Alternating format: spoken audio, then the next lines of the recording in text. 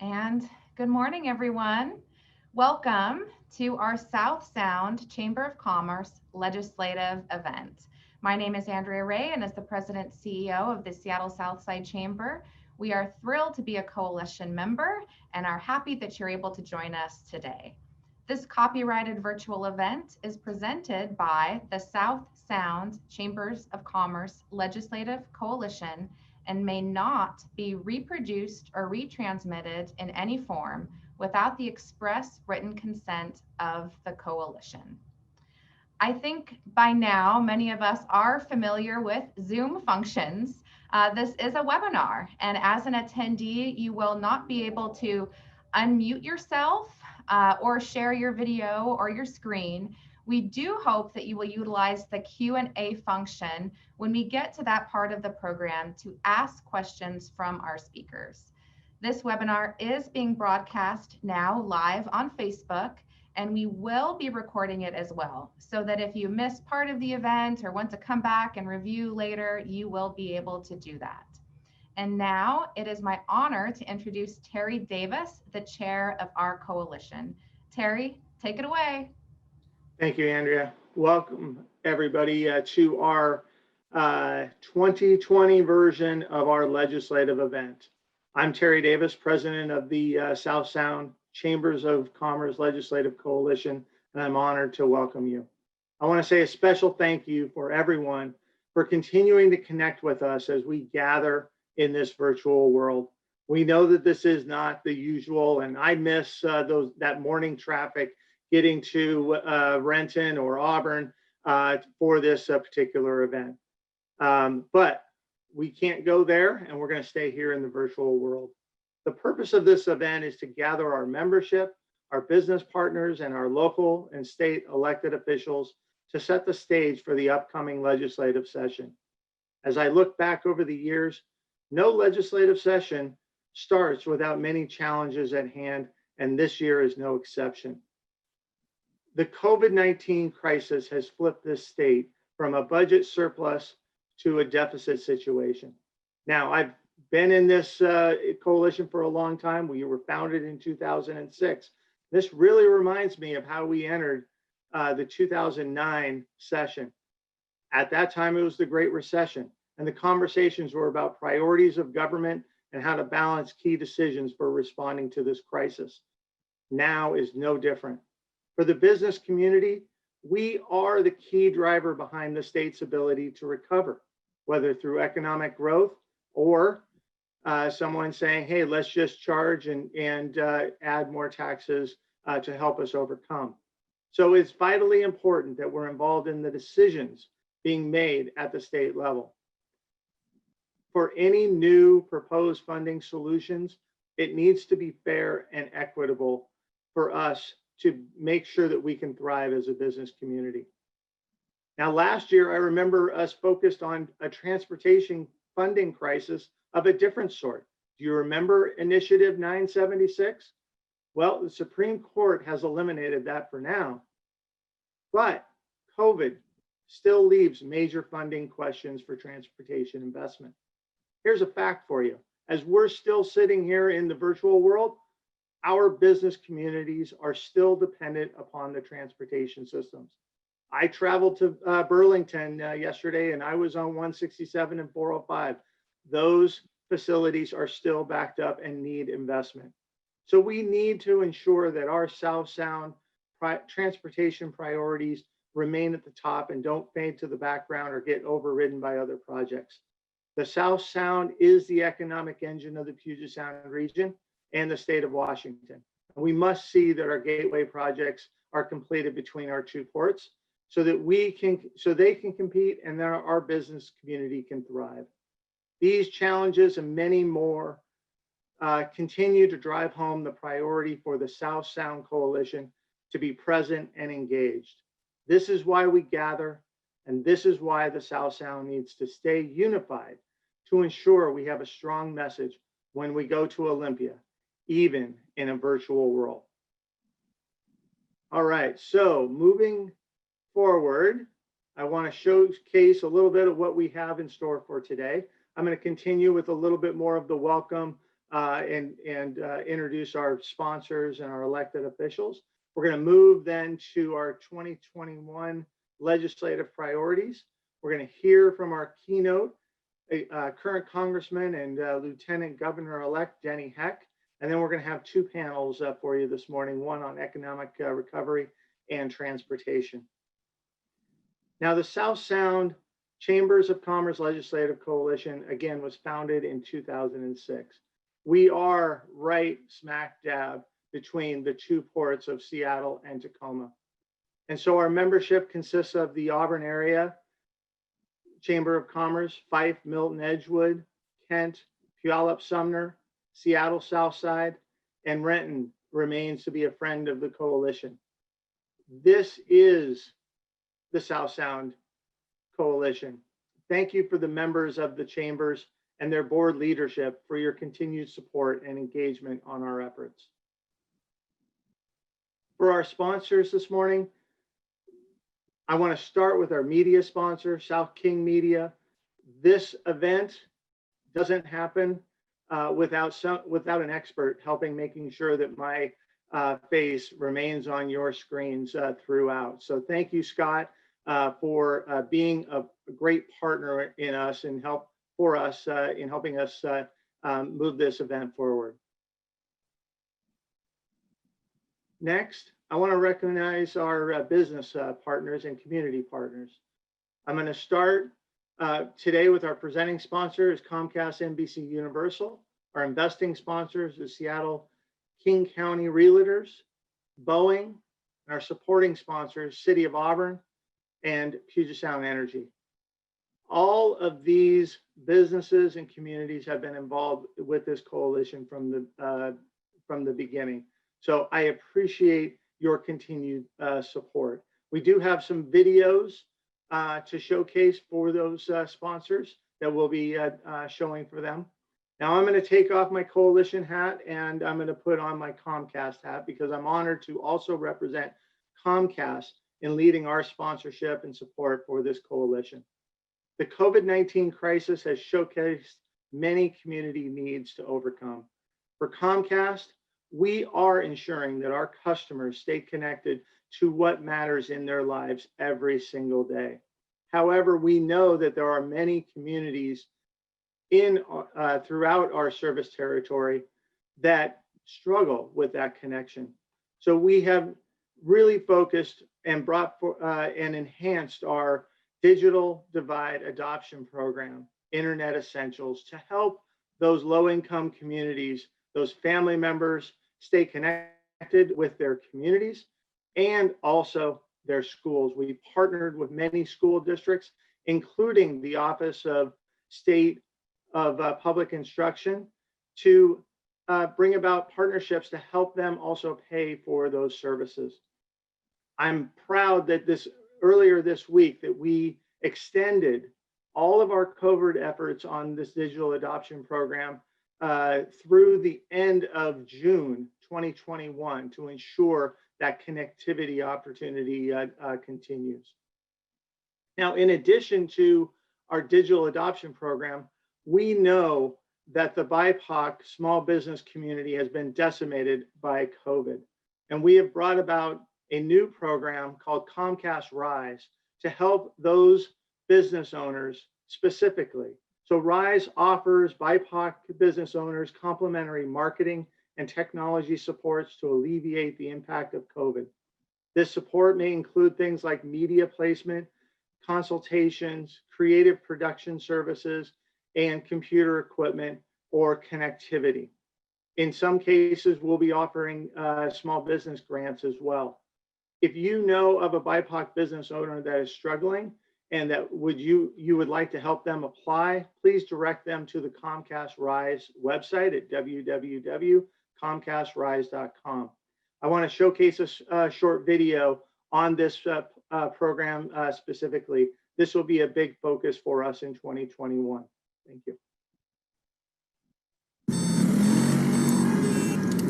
Businesses businesses are largely in COVID. Small businesses have been almost twice as likely to shutter. Disproportionately so. More than half of Black business owners struggling to obtain federal paycheck protection. COVID-19 on African Americans. You know, somehow we always find a way to rise. To the blueprint builders, to the bones of every block, to the late night legends and the pioneers of legacy, for the curators of the culture, for the family franchise, and for generations to follow. You might fall, but never fail. Keep rising, keep rising, keep rising. Apply today for a variety of business, marketing, and tech makeovers on us to help your rise.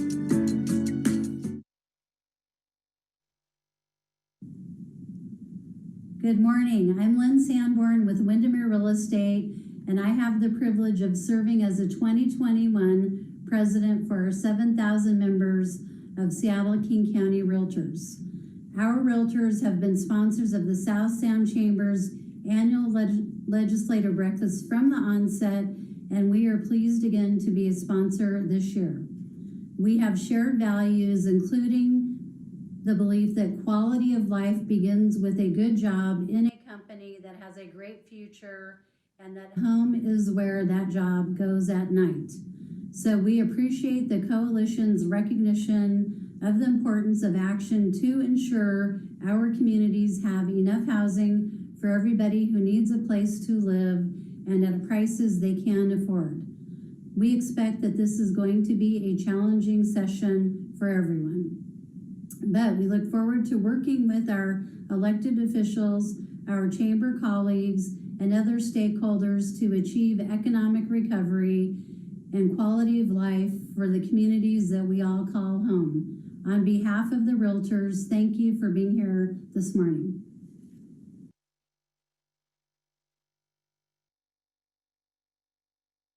We don't have a video for Boeing Company, but I want to thank them. I want to thank Rich White and his and the leadership of Boeing for their continued support. Thank you. Good morning, everyone. I'm Nancy Backus, the Mayor of Auburn. The City of Auburn is proud to be a supporting sponsor of today's event, and I want to thank the South Sound Chamber of Commerce for organizing this year's legislative breakfast. I cannot think of a more important time for the cities in the South Sound to come together for the good of our region.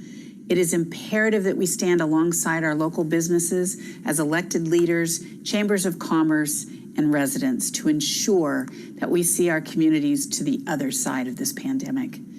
The impacts of COVID-19 has not been spared any of our communities. Many of our residents are suffering economically and emotionally. There should be no greater motivation for us to work together for recovery. So let's commit to be putting our differences aside to find solutions for them, for each other. In the South Sound, we are scrappers. We take care of one another, so let's take this opportunity to be an example for others. Show up with that trademark teamwork we're known for. We can end this, but we can't do it alone. I hope you keep an open mind and open hearts as you hear from today's presenters and commit to taking action that brings us closer to opening our communities. So, mask up, my friends, and I hope to see you all in person soon.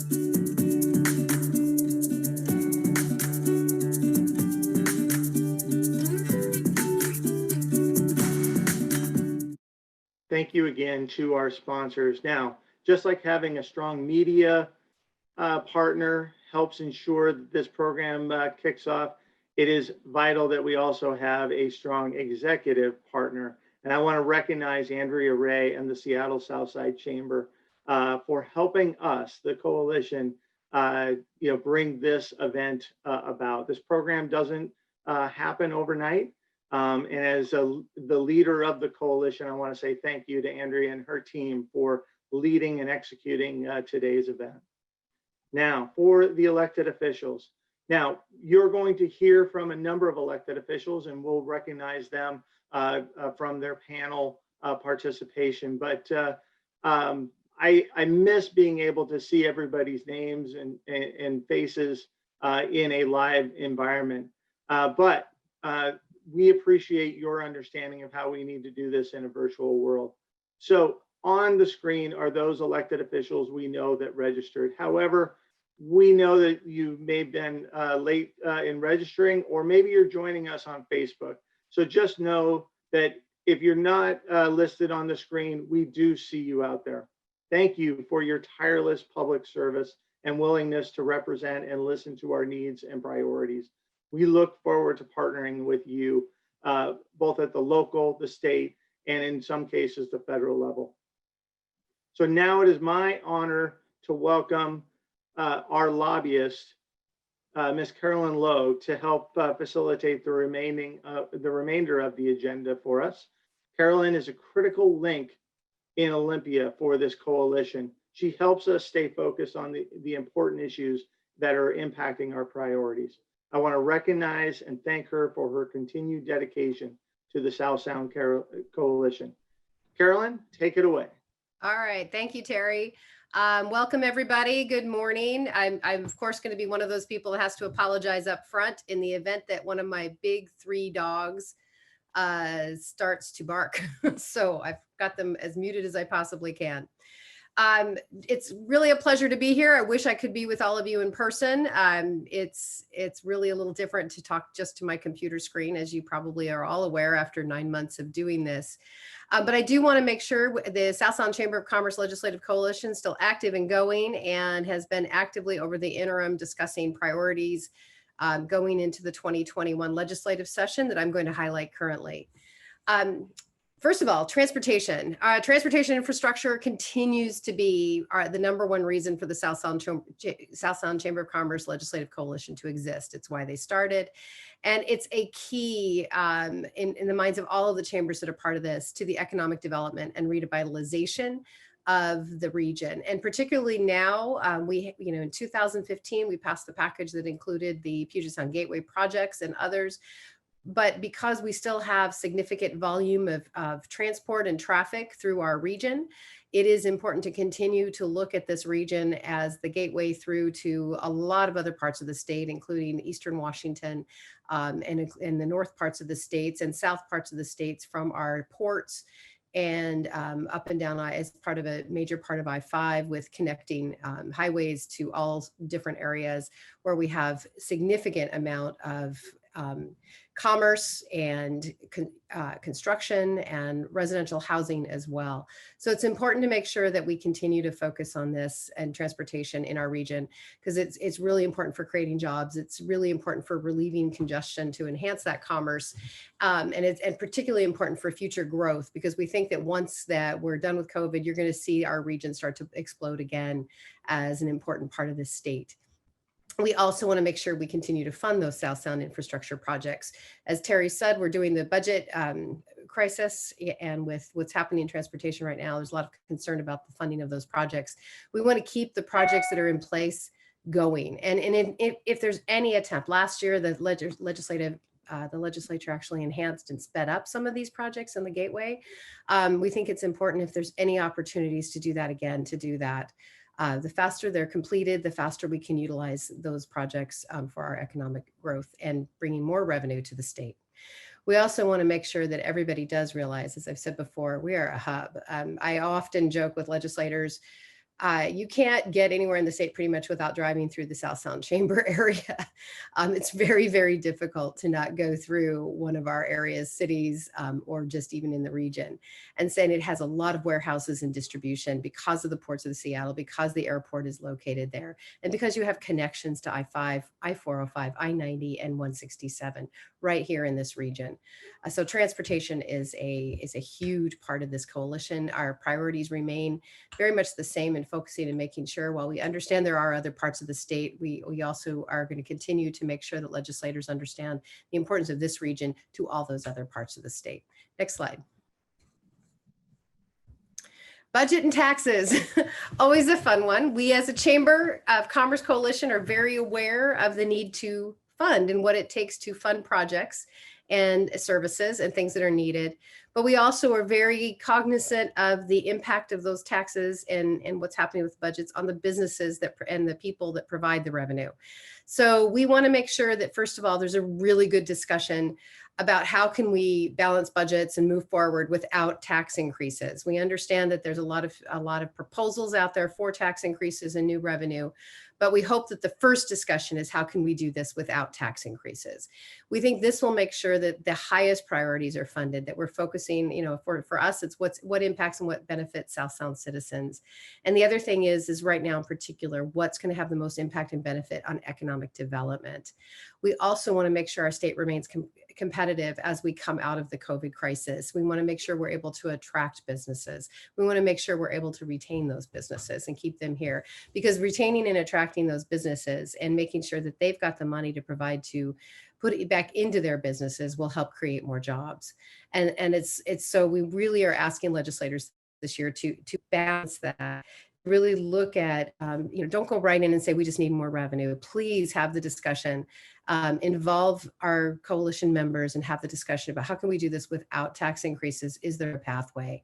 And if there isn't, then we need to make sure that we've got a really good plan going forward that enhances economic development and doesn't suppress it, and also enhances attracting businesses and business retention. Next slide.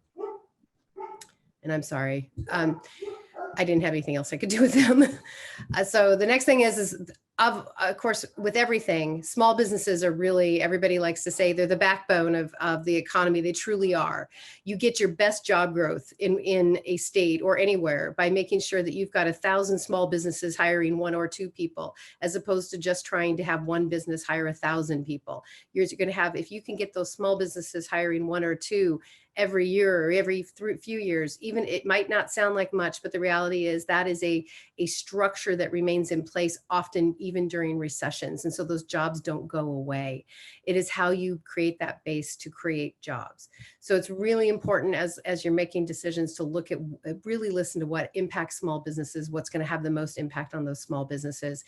And remember that small businesses aren't just 1 and 2 person shops. They could be a very, what you would think is a medium-sized business, but in their industry, they're small. It even could be somewhat a large sounding business with a few hundred employees, but in their industry, globally, they are small.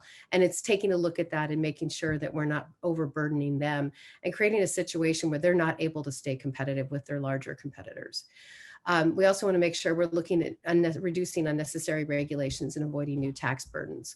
One of the things we found, especially on the businesses that have been shut down right now, I think one of the things we found during this emergency is there are some things happening out there that could be waived during the pandemic that we haven't seen a lot of problems with waiving those regulations. We need to kind of take that kind of look going forward, and especially in those most impacted industries. Are there things that create new tax burdens, that create costs for those industries that could be reduced for a bit, at least to get them back on their feet? And we need to take a look at that. We also need to make sure that we are reducing and not imposing more requirements on independent contractors. This is how you often get your small businesses started, is by somebody saying, I'm going to create my own job and work for myself. And the more we try to put requirements on independent contractors, we need to be really careful, because what you might be doing is stifling that person who's going to go out and start that next business that could end up being a very viable large business in Washington state. And so we need to make sure that we keep that independent contractor world as flexible as possible, so people can create their own job and then look to create jobs for other people. The next thing is the COVID-19 layoffs, the unemployment insurance system, and the unemployment insurance trust fund. That trust fund balance is down below $2 billion right now, which is really scary. And while it was established back, the tax structure and everything was established, got us through the last recession without a problem. The problem is the COVID-19 layoffs have been sudden and broad, and businesses have not had the ability to do the adjustments they usually do in a recession to avoid layoffs in the first place. And the other thing is, with so many of these being pushed into what's called social tax, and I won't get into that, it's going to be impact on businesses that didn't lay off employees, and the tax increases are going to be big. The state needs to take a look at that and say, and not just say, oh, well, let's just reduce this industry's tax burden, or let's do this and that. They've really got to look at what is the state's role in making sure, because this was not a usual recession and this was not something that employers can control, how can the state put some money and do some things back into that unemployment insurance system to avoid having those significant tax increases go into place, particularly because, and going into the last thing, we need to avoid all increases to employment related costs. If you increase the unemployment insurance taxes, if workers' compensation rates go up, which we saw that they're not, but we've got to watch them. If you do payroll taxes and those types of things, you are adding to the cost of having an employee.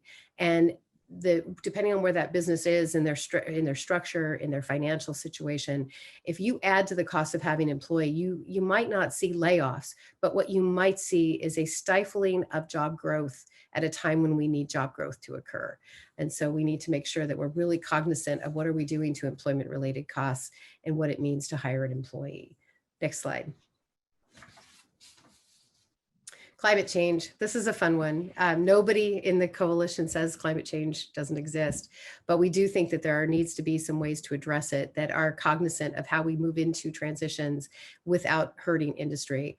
The first thing we need to do is make sure that, and I think you'll hear some more discussion during the transportation panel from the coalition's perspective, is the taxes that are from transportation fuels should be used for transportation projects, really making sure, getting back to that economic development, using that money to hopefully make more money in the end, but really focus those transportation taxes, related taxes, to fund those projects. We want to make sure that as we do climate change goals, that they do generate economic growth, that they don't stifle economic growth, and that they're done in a way that you can transition to real economic growth, particularly if we're talking about green jobs, et cetera. And we want to make sure that everybody is, as we look at transportation projects, if we can reduce congestion, traffic, and freight wait times, we actually will reduce air emissions. And it can be immediate and it can be noticeable. So we want to make sure that we're not saying we're not doing anything when we are actually looking at transportation projects that reduce congestion, traffic, and freight wait times as part of our emission reduction structure. We also want to make sure that we allow for safe, reliable, and affordable sources of energy to be available, all of them. And we also want to make sure that we review carbon tax proposals and give the region a chance to provide feedback. There's a lot of energy dependent businesses in our region, and we want to make sure that we have that continued transportation insight and look at how much time businesses are being given to meet existing goals and whether or not that's a realistic timeline. Next slide. Just real quick, K-12 education, workforce education, this remains an important priority for the chambers. We have to make sure that our K-12 education system can assist in the transition between remote and in-person learning going forward. We're going to be able to we have to get those kids back. We have to make sure the systems are in place when it's time to get those kids back into the in-person learning, that they can do that. We also want to make sure we give school districts flexibility to ensure that a student's education is comprehensive, that they are getting everything that they need, and that those districts are able to fund what they need to do to make sure that they've got that basic education out there for those kids. So that has just got to be a continued priority. In the aftermath of McCleary, it's just going to continue. Just because McCleary was solved in the legislature doesn't mean that there doesn't need to be continued discussion. Career and technical education, this is hugely important, particularly as we transition possibly to some industries that are not going to be able to come back fully, and we need to move their workers into other industries. We need to have those CTE programs. We need to be training our students at all levels for the jobs that exist and will exist. We also, this has come up this year in the chambers, is assisting students with disabilities as they transition within the K-12 system and as they transition from the K-12 system, making sure that we're not dropping the ball when it comes to our students with disabilities, and helping them transition from the K-12 system into jobs in the workforce as they can, so that we make sure that they continue to contribute to society as best they can and have and feel that importance to society. And so this is really important that we take a look at this, not just in career and tech ed, but I think also back in the K-12 system as well, as what are we doing with our kids with disabilities and not letting them drop off, and making sure that they have the supports that they need. Higher education, we want to make sure we're endorsing certificate programs, licensing, and apprenticeship programs. The four-year colleges are great. Higher education, we love it, but we also need to make sure we have these alternatives, particularly if people are transitioning from one type of job to another type of job. That's going to be very important and needs to be a funding priority through the next budget. So that's going to be, I think, once again, just kind of focusing on how do we transition people? How do we make sure they have the education they need and transition them to jobs? Next slide. Just real quick on housing affordability. The coalition has looked at this. We really want to focus on some transit-oriented development and making sure the Growth Management Act can accommodate 50 years of growth. We also want to make sure that there's the multifamily tax exemption that provides that flexibility incentives and extend that to 20 years so there's more consistency as we move forward. We also want to make sure that we look at middle housing options, not just low-income housing options, but middle housing options, the second house possibly too, but amend the Growth Management Act to ensure an increased number of options and reducing regulatory deterrence, and then also looking at infill dividend concepts and that type of thing in development, to make sure that we have not just multifamily, not just low income, but that we're actually looking at housing options for all residents, and really trying to help people with all their growth. They grow in their jobs, they grow in their lives, they also need to grow in their housing, and making sure that's there. I think that was the last slide for that. Next slide. With that, I'm going to now turn it over to Laura Butterfield, who's with the Fife Milton Edgewood Chamber of Commerce, to introduce our keynote. Thank you. Thank you, Carolyn. And good morning, everyone. I am honored today to be able to introduce our keynote speaker. Congressman Denny Heck has served Washington's 10th congressional district since 2012. And while there, some of his priorities have included creating jobs, growing our economy, keeping the American dream alive for middle class and those working to get into it. He's been a vocal advocate for military families and veterans, as well as for the health and natural beauty of the Puget Sound environment. He serves on the House Permanent Select Committee on Intelligence, the House Financial Services Committee, and the Joint Economic Committee. Prior to his election in Congress, he was a successful business owner, and he also was a co-founder of TVW, where he won an award, an Emmy Award, for a documentary that he wrote and produced. So that's pretty cool. He also served on the State House of Representatives for nearly a decade, where he was chosen by his colleagues to be the majority leader. And then he served as chief of staff to Governor Booth Gardner. Congressman Heck is a native Washingtonian and graduated from the Evergreen State College in 1973. He's been married for 44 years to his sweetheart, Paula, who's an educator and began her career as a teacher and retired as principal of Jefferson Middle School in Olympia. He and Paula have lived in Olympia for 35 years. They have two sons, Bob and Trey, and are grandparents to Malia. In November 2020, Congressman Heck was elected to be the 17th Lieutenant Governor of Washington State. He will leave Congress at the end of the 116th Congress to serve Washingtonians in his new role.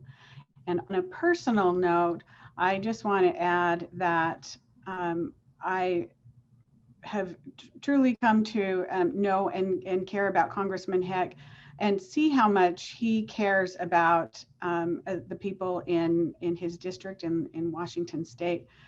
I will never forget, when I first met him, we had lunch at the Poodle Dog, and he asked me questions. First time I've ever met a congressman, he asked me questions about me and my family. And at the end of that, it didn't matter if I was a R or a D. I knew that he truly cared. And I've gone on several site visits with him to businesses in our area, and he asked those same questions and that are caring and insightful. One of my favorite events every year is when we have a he's a strong supporter of the 5 school district in the FBLA program. One of my favorite events is when we get together to coach the students and listen to their presentations and give them feedback on their presentations and help them get ready for their competition season. And we have a nationally ranked, national winning FBLA program, and I think that his role in that has been very instrumental. And finally, he has been a very strong supporter, and I don't think that we could have passed the transportation package without the support of Congressman Heck. So he's a strong supporter of the South Sound and business in the South Sound. And he'll be joining us today by phone because he is in DC right now, and we know what a hectic and crazy time it is there right now. But it is my pleasure to turn the floor over to Congressman / Lieutenant Governor-elect Denny Heck. Thank you, Laura. And as you said, it is crazy and chaotic in DC these days, and Denny has still not been able to call in. And so we will go to him as soon as he is able to make it. I can only imagine, what it is like in DC right now. So when he comes on, we will pop on. We do have some time then that we can take a couple questions from the attendees on, our legislative priorities. So I know there was, one question that came through on legislative priorities related to housing and specifically, transit-oriented development and how that creates job centers and allows small business to thrive. Carolyn, maybe you have a few thoughts on that, as well as the MFTE that also allows for more affordable housing for the workforce and small businesses. And again, I'll just open up the Q&A for a few minutes.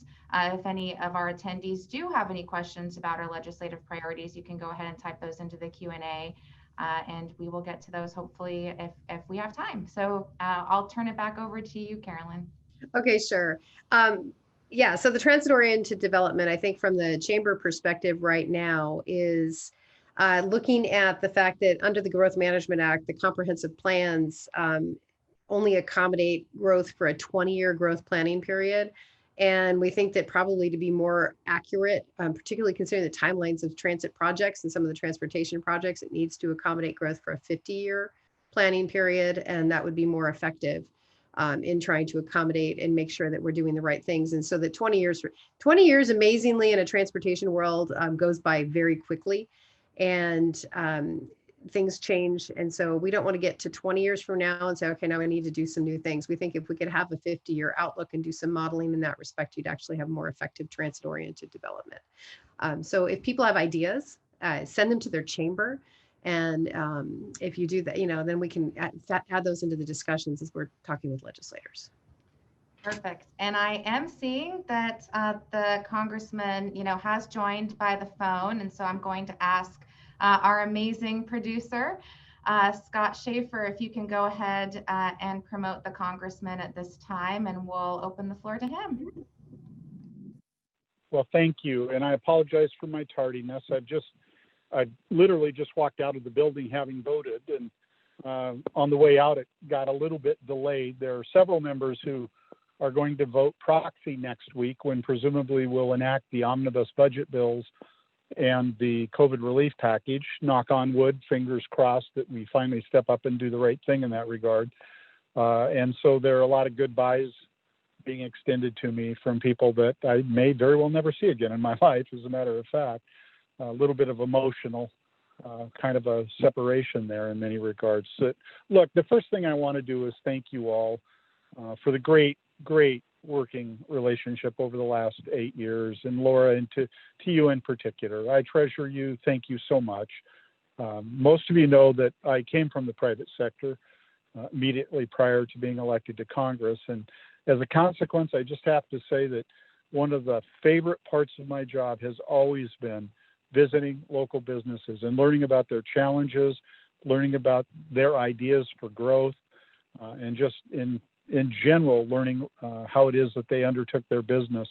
I have this bias that I've developed after several decades of service, both in the public sector and in the private sector. And that is that the two most difficult things in the world are A, managing in the public sector.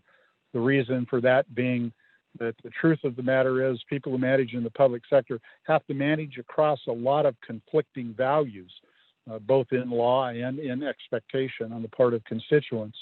And the second most difficult thing in the world, and not in any particular order here, is of course conceiving of or running a successful business, meeting a payroll, by figuring out how to meet a need in the marketplace and continuing to do it in such a way as to be able to best your competitors or at least fend them off from your extinction. It's very difficult. So I know that there are people in the public sector in on this call as well as in the private sector. You do the two hardest things in the world. And when I've had an opportunity to visit with you and learn from you, it has been enormously gratifying. I thank you for that. I also want to mention the COVID relief bill, because I know that many of you are concerned that we actually step up and do this. Me too. In fact, if we don't do it by next week, it would constitute, in my mind, one of the greatest epic failures in the history of Congress. I will tell you this, that there are tiny green shoots of encouragement abound. The reality is that the rank and file members of Congress are demanding, insisting, pounding the table that this happen. And as a consequence of that, I think people are finally beginning to lean into it, especially when combined with the cliff that we're approaching, both with respect to eviction moratoria and the absence of rental assistance and the unemployment compensation expiration. I think there is a moral imperative for Congress to act and to step into this breach. Fortunately, it's a bridge breach. And what I mean by that, of course, is help is on the way in the form of this vaccine. Now, it's not going to happen as fast as any of us would like. And I want to add my voice of caution to everyone that we cannot let our guard down with respect to mask wearing and how it is and with how many we congregate with our colleagues or friends or family. It's going to be some time before we get to the other side of this, but it's apparent to me that we are going to get to the other side of it. And between now and then, there's going to be a lot of pain, and even more pain if Congress doesn't do its job. But I think Congress will do its job. People are kind of working around the clock, the handful of negotiators who have been delegated this responsibility, and we're all chirping at them, find a way to get to yes. So I think that's going to happen. So let me conclude there and open it up, Laura, if you want, to any questions. But I do want to reiterate what I said at the top, namely, I'm so very grateful for the working relationship with this chamber that I've had over the years. Obviously, I'm not going away entirely. I have always affectionately referred to the people that live in the 10th Congressional District as the bosses, and I actually mean that. They are ultimately the bosses. Now, every single person in the state is my boss. So you continue to be in the driver's seat in that regard, and I'm certain that there will be good and reasonable opportunity for us to interact again going into the future. So thank you, one and all. Thank you so much, Congressman Heck. We really appreciate you and all the support that you've given us over the years, and look forward to working with you here in, a little more locally in the state of Washington. And if anyone has any questions, I think that you can, Andrea, correct me if I'm wrong, but I think that you can post your questions in the Q&A section, and we'll give, I see one question here already, actually. Could you please give us an overview of the bipartisan YIMBY bill you Prime sponsored? Right. So the YIMBY bill, which is an acronym that that stands for Yes in My Backyard, was a part of a broader effort that we undertook to encourage increased construction of housing units, be they multifamily or single family. As some of you have heard me talk about before, I chaired and founded the Housing Task Force of the New Democrat Coalition. We put out a fairly seminal report about 3 years ago, not quite now, called Missing Millions of Homes. And what we did was document for the first time in one place the severe shortage of housing units available throughout the country, in urban and rural areas and suburban areas. And of course, the shortage of units is what causes rents to go up. It's what causes, frankly, people to have to spend more on rent income than that which is recommended by HUD. It also is why people have to delay getting into their starter home and to begin to build their net worth. And as we all know, home ownership, home equity is the number one source of net worth for the average American.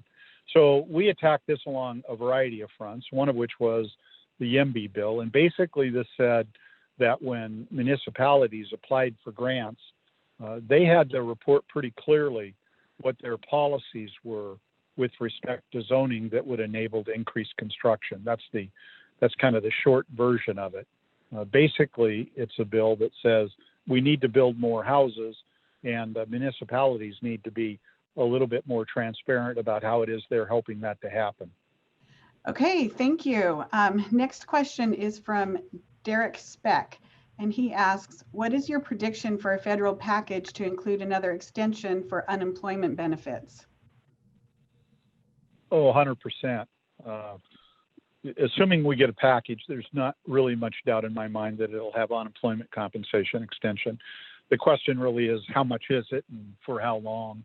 But that's kind of a given on everybody's part that we need to do that. So I think that it's a very reasonable expectation that unemployment compensation will pass, assuming we pass a relief package. And again, I'm optimistic, but I think it's important to note that this is Congress.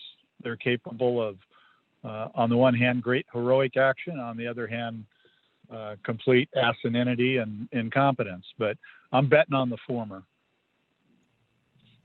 All right, thank you. Another question from an anonymous attendee. What are your priorities on how Washington State will work through this current recession through an equity lens?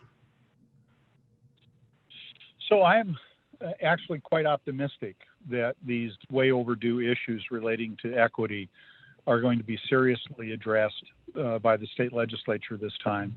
Obviously, the last session, the legislature passed the Office of Equity, which will be kind of the focal point for evaluating pretty much all policy proposals as to their impact on issues of equity, both economic and racial in particular. And I see further action happening. I think there's a new consciousness. I think we all recognize that we haven't been getting after this in the way that, frankly, we probably have a moral imperative to do.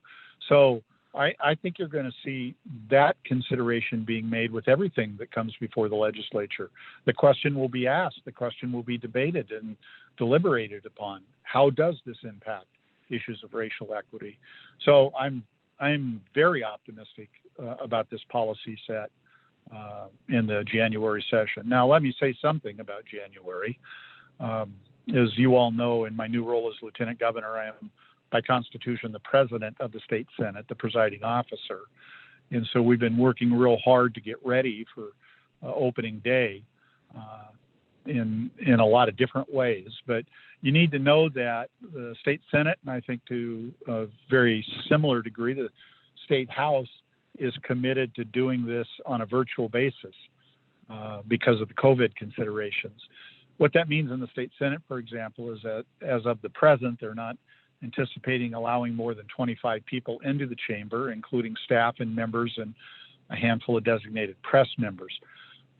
It is going to be cumbersome and slow and awkward. The rest of the members will be participating virtually, and that will require that there be, I think, kind of a reduced expectation about the volume of business that can be conducted. And it's important both in terms of the internal membership, but also external stakeholders, that they're just not going to be able to do as much as they have in the past. And I might just add that as the incoming Lieutenant Governor and President of the Senate, I'm particularly fortunate because the incumbent President Pro Tem, Karen Kaiser, is spectacularly good at this job.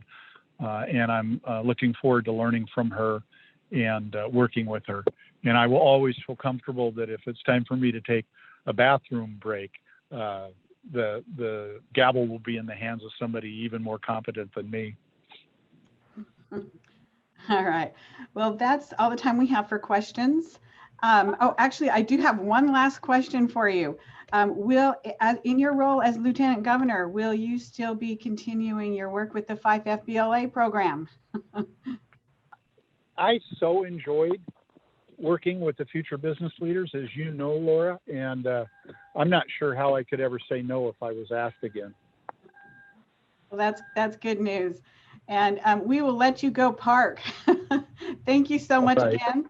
And I'm going to turn the time over to Carolyn Logue. Thank you all, and happy holidays to one and all. To you too. Okay, thank you, Denny. Good thing you get an assigned parking spot when you become Lieutenant Governor. And so I need my panelists, I guess. My first panel are business climate and COVID-19 and sort of discussion about everything sort of in general about what's going to be happening coming forward. So I need to see on the screen Deanna Dawson, who is the Executive Director of the Sound Cities Association, Chris Green, who's the Assistant Director for the Department of Commerce, Economic Development and Competitiveness, and then of course Senator Karen Kaiser, who's the Chair of the Senate Labor and Commerce Committee, and Representative Drew Stokesbury, who's the ranking member on the House Appropriations Committee. Welcome, everybody. My assumption, I was told I was going to see you all in a little Brady Bunch type screen, but so are we all on? Are we all? I see Karen. Are you there? Senator Kaiser. I'm just taking off. There we go. There we go. And Representative Stokesbury, you're still muted. So see if we can get everybody. Okay. At least now I can see. Thank you everyone for coming. So what I asked all of these individuals today are in some way, shape, or form very, very involved in helping us not only navigate the COVID-19 crisis, but also economic development in general. And of course, with our two legislators, the budget and policies that occur that are going to impact all of these things. So what I wanted to do, and I will start with, I'm going to go by I don't know if it's rank, seniority or whatever, but Senator Kaiser, I hope you're ready. Sure. Thanks a lot, Carolyn. Actually, I appreciate it because, believe it or not, there's another speaking engagement on the backside of this. So I believe it. Busy. I don't know. These Zoom calls can just get back-to-back bookings, and you don't have the time to process what you hear or say between the events. It's really piles up. And when you are in normal life and you drive from here to there, you have time to think.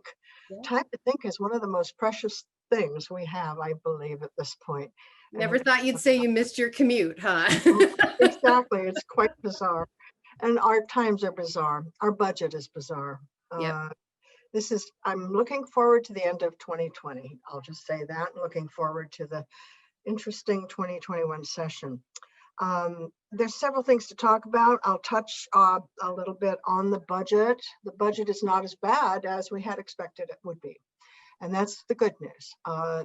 When we left the legislature last spring, in the just very beginning of this COVID outbreak, we had visions of 2009, where the financial fallout of the economic collapse was abrupt and deep.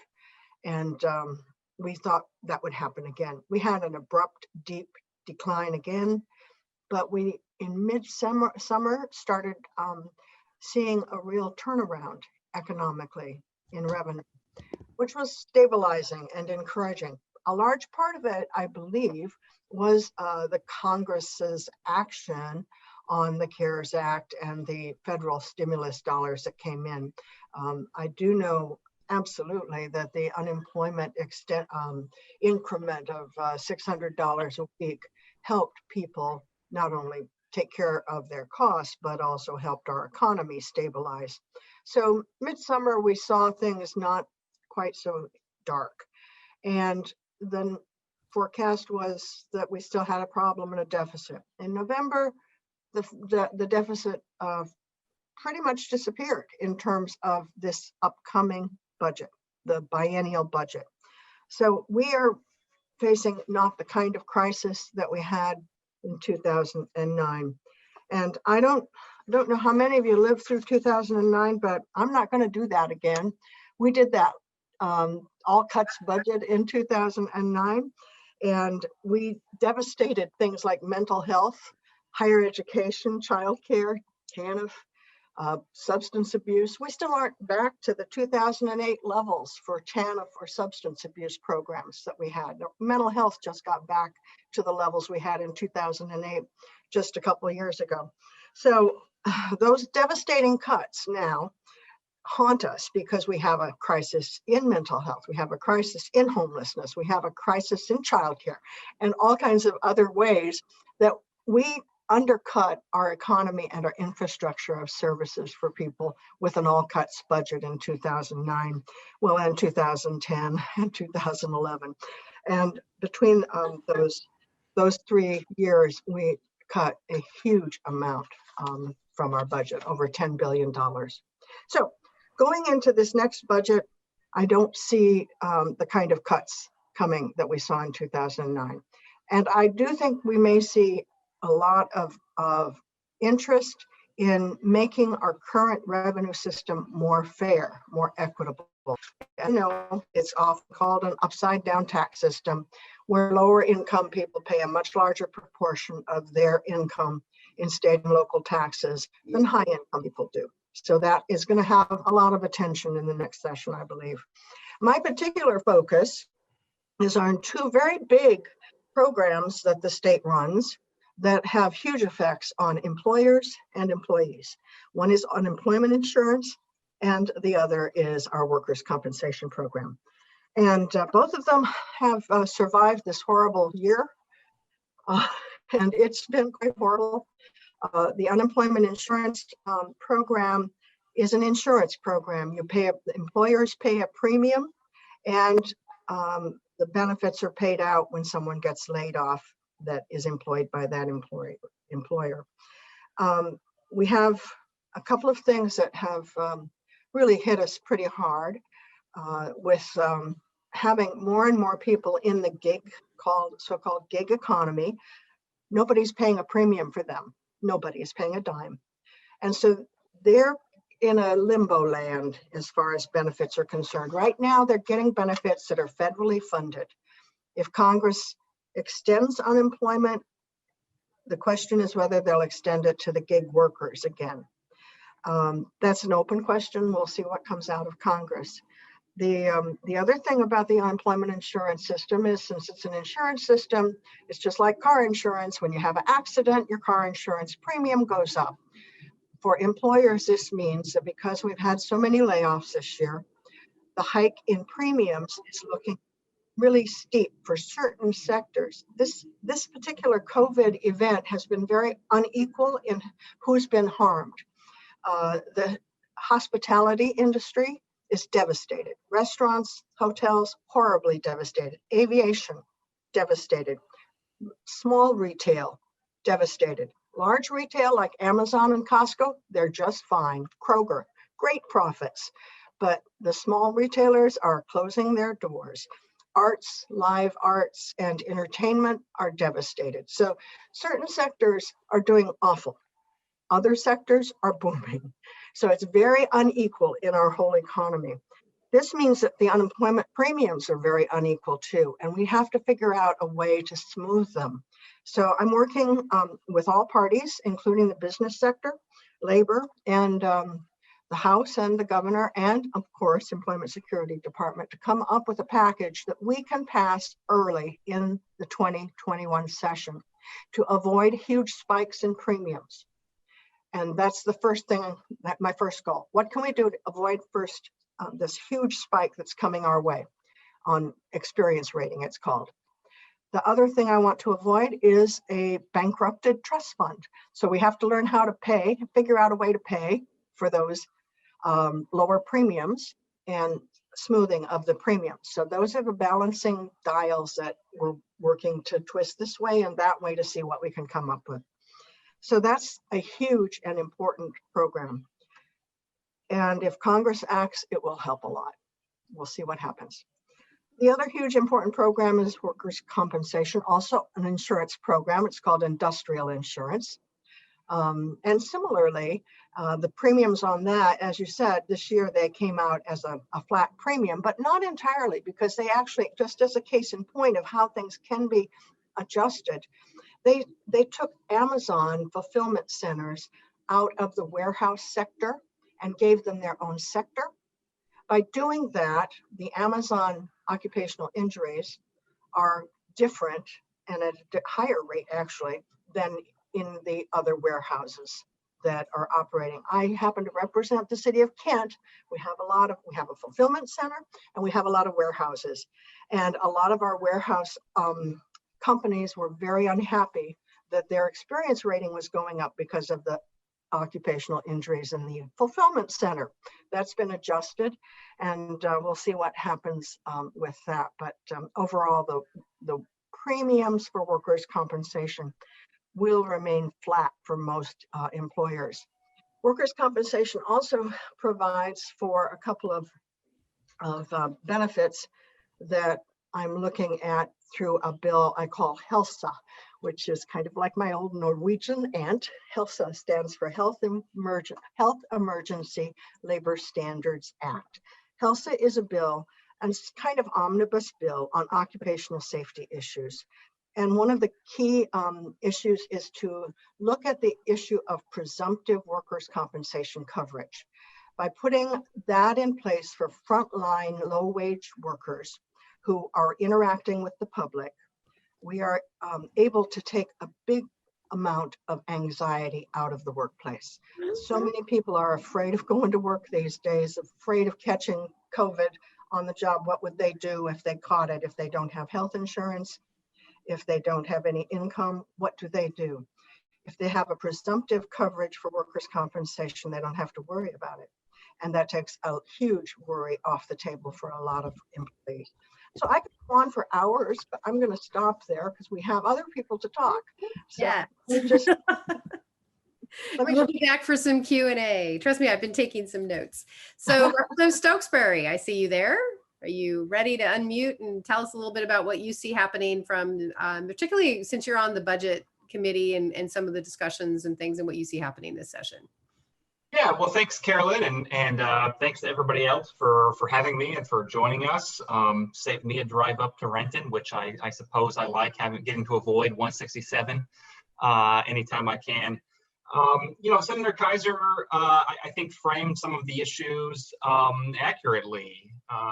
Obviously, the impact of the global pandemic on the state budget is something that we can all sort of innately understand. And I think her timeline of how the revenue and budget picture unfolded over the past 6 to 9 months is pretty accurate. When we were discussing the budget for the rest of the biennium, the 19 to 21 biennium, during session earlier this spring, we had more money than we knew what to do with. Budget writers were inventing accounts and squirreling away hundreds of millions of dollars in lump sums just to kind of take it off the books and not waste it.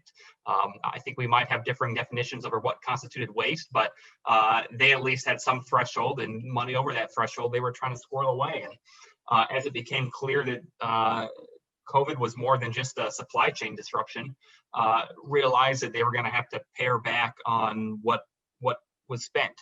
And they did, probably not as much in hindsight as we should have.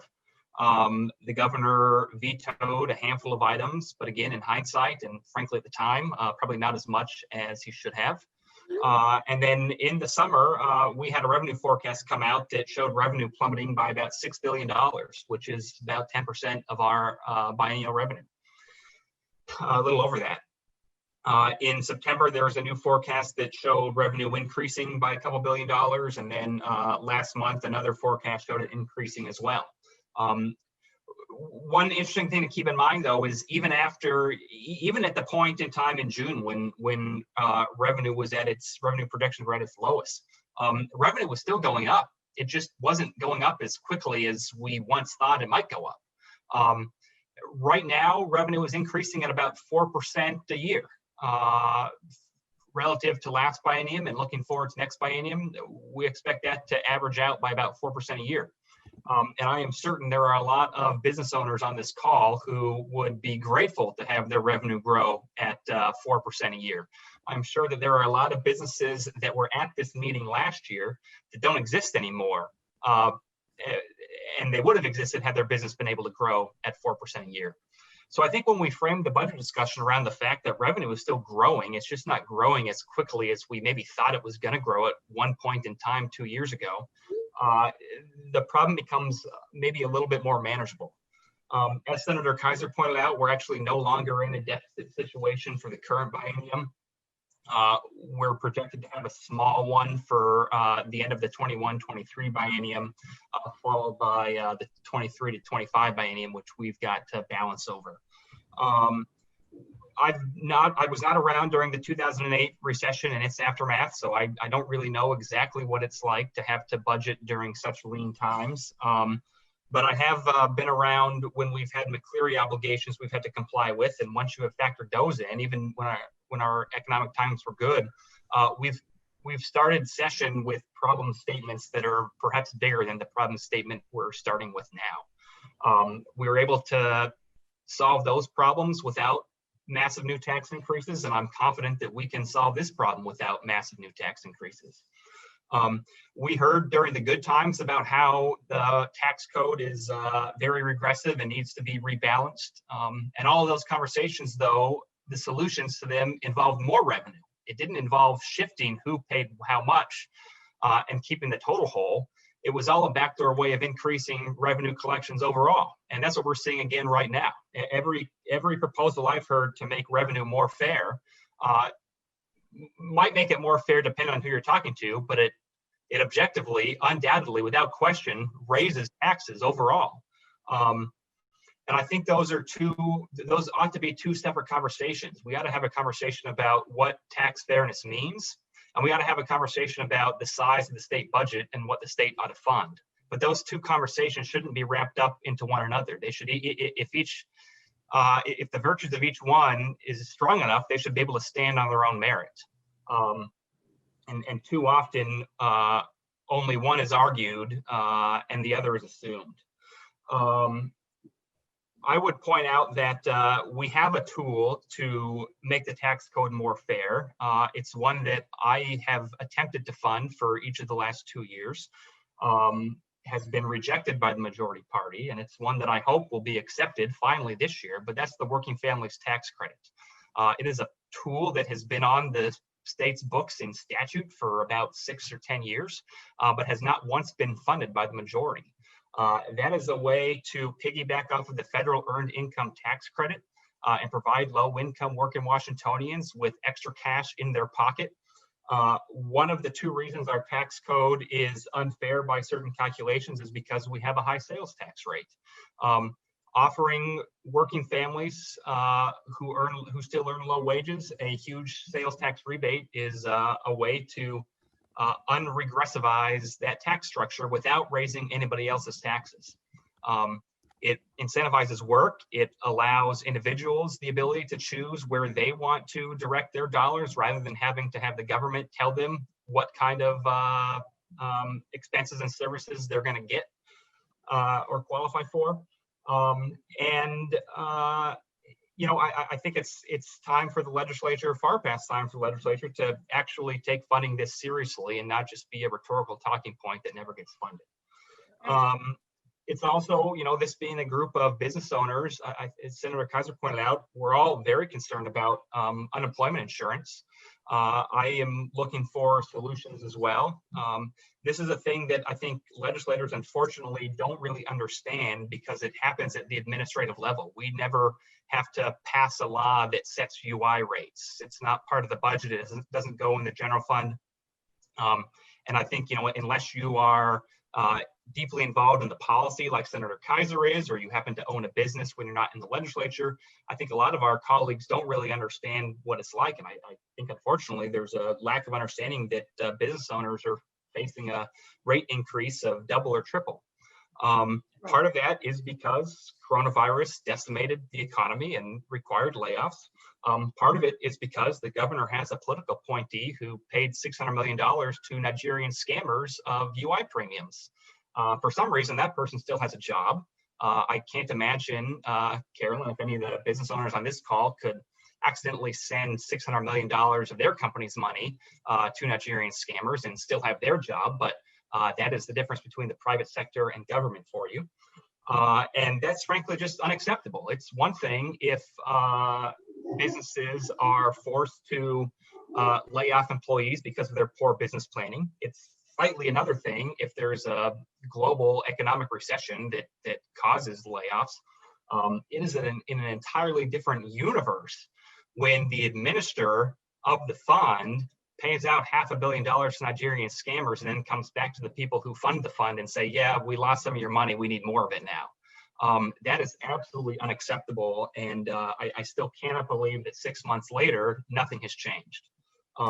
I need to interrupt now, sorry. No problem, Carolyn. I need to move on to our other two speakers. Could I just say one thing? Sure. Drew, I'll be happy to support your working families tax credit, and I will work with you on that. All right, I appreciate that, Senator. See, bipartisan policy discussions already. Great. Chris, from Department of Commerce, you guys are very actively involved in a lot of things going on right now. And if you can just kind of touch on some of the things you're doing, and then we'll move on to Deanna. Carolyn, thank you so much. And I think that the Senator and Representative really covered the state budget situation well. I think for Commerce, we spent a lot of time reacting to the recession and trying to figure out how to get immediate relief to companies. And I want to just point out a couple of things I think that are a little bit different this time than last time in 2008. In 2008, I spent my time doing economic development at the local level, meeting with business owners and trying to figure out how to help them. And there are some differences right now. The differences are that the spike, the big shock to the system and unemployment and shutdown was much, much deeper this time. The path back to employment for some of those folks has been shorter for some of them. So we don't see this long L-shaped recession recovery like we did in 2008. That's what many of us were used to. So that's one difference. It has gone up a little bit at a quicker pace. Now, of course, small businesses, restaurants, leisure and hospitality, and some specific sectors have the biggest challenge in front of them, and that maintains. So there are some haves and have-nots in terms of who is recovering and which businesses are driving this increase in GDP. But Washington State has got some diversity. Our GDP probably will improve and already has improved on a better clip than some other states. So that's one difference. And another difference is the banking system and liquidity. So in 2008 and all the way until 2012, and I'll happily be corrected by any bankers on the call here, there was a big challenge, not only the amount of liquidity banks had to get to small businesses, but federal legislation that caused policy changes in underwriting standards, how much money banks needed to have on hand. So there was a little bit of difficulty to get capital to small businesses, and we didn't get that fixed for a little while. That took some time. At present, there isn't the same liquidity problem. So there are banks that do have some money. The challenge is going to remain, how do we help small businesses that maybe this year and next year have probably not great looking financials? There is going to be a segment that we do have to think about and help. And so Commerce is thinking about some solutions. Just briefly on some things that the Department of Commerce are doing right now, and my job is that I run the Economic Development Office for Director Lisa Brown, but we spent a lot of time doing some immediate reaction, getting resources mostly to small businesses. We have spent a lot of time over the summer administering various grant programs. This was about getting liquidity to companies quickly. And so thank you to the legislators and to the governor's office folks that had thought to get this money out. That's a good thing, and it does help a little bit. And if you combine that with the other access to PPP and unemployment insurance, I think there has been more capital injected into the system to be stimulative than there was 12 years ago. I think that has been helpful. It hasn't solved all of the problems, and many businesses still are struggling. Thousands are going out of business and are probably not going to return easily. So that's what we've been doing. I think right now we've got $100 million that we've just received from CARES Act money to the Department of Commerce, specifically for small business grants. These grant applications are open right now. They do close by tomorrow at 5 p.m. So a quick plug, if you are interested in that grant program, please log on and attempt to apply for that now. Because if you have a difficulty or need technical assistance or the website's not working and you have a question, it'll be hard for us to get a response and help you at 4:30 tomorrow or a 5 o'clock deadline. But this is targeted at restaurants, fitness centers, bowling alleys, music venues, these folks that are closed right now or have had this long-term cumulative impact. So we're really hopeful that we can get more of this money out. We've had 3 rounds of this. This is the 3rd round of the state grant funds going out. The first 2 rounds were about 10 and then about $20 million. And those took about 3 months each for us to process, to get all the paperwork in, to get the money back to the business. This round is $100 million, and we have to do it in 1 month due to the U.S. Treasury rules to get the money expended by December 30th. So this is one of the challenges we have, is to try to get that liquidity out, get the attention of small businesses, but to really help. So I'll happily take questions about that. And the last thing I kind of want to mention, then I'll pause because I want to make sure Deanna has some time, is we've got to do this part where we do the relief. We get the resource out to businesses. We're very concerned that this is going to be the small business recession when it's all said and done. The big companies, I agree with Senator Kaiser's comment. Larger companies probably will make it. They've got resources. And our small businesses are the ones that are having a hard time. So we're worried about that. So we've got to continue this track, get the relief out, and simultaneously, Commerce and my team specifically has to think about what the next 40 years of the state economy looks like. How do we make some decisions right now? How do we not lose a competitive advantage globally on some really important and systemic things like equity? What are we doing right now to make sure that we are providing channels and access to folks that possibly didn't feel comfortable or didn't feel like they had it before?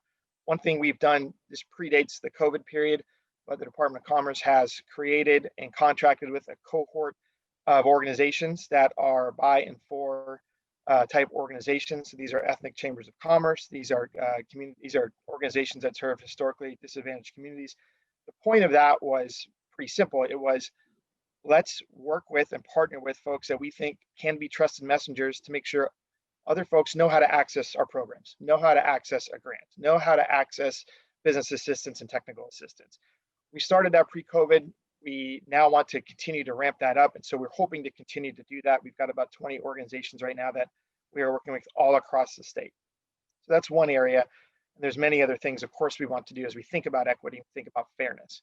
But in addition to that, and the last thing I'll wrap up here, Carolyn, is the competitive advantage we have on high technology, on clean energy, on aerospace, on these incredibly innovative, monolithic and tectonic industries, we don't want to lose. And there is some risk. Certainly aerospace has seen its ups and downs, but we have great confidence in things like electric aviation, UAVs and drones and the commercial space industry. Washington has a really good opportunity to have more companies join that provide good jobs. These are production jobs that are more likely to have a diverse working labor pool too. And there are some other opportunities that were really key right now. Despite the global recession, there are huge amounts of capital that are poised to move on things like hydrogen production, battery and solar cell manufacturing, windmill, offshore wind. lots of inquiries all the time about this amount of money. So we want to respond to those. Those are about the future economy and what it needs to look like. And so we've got to do both. We've got to respond, take care of small businesses, and think about the future and the long term and what it needs to look like. Thanks so much. Thank you, Chris. Thank you, Chris. And I apologize once again. People keep driving down my driveway. I don't know why. So Deanna, next with you, just quickly run through what the Sound Cities Association is doing, particularly at the local level, to try and help out with what's going on. Thank you, Carolyn. And I have a dog that also has that challenge, so I feel you this morning.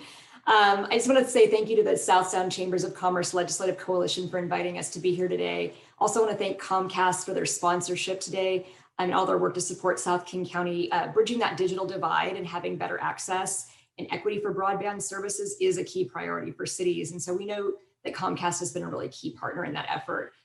Just first, quickly, a little background about SCA, Sound Cities Association. We represent 38 cities and over 1 million people in King County, and that includes all the South King County cities.